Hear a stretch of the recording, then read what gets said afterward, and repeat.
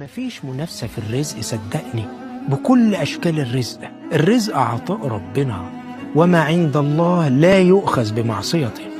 لكن رزقك من نجاح أو شهرة أو مال هتاخده لما تعمل شغلك بما يرضي الله، وتسيب التقييم بقى على ربنا.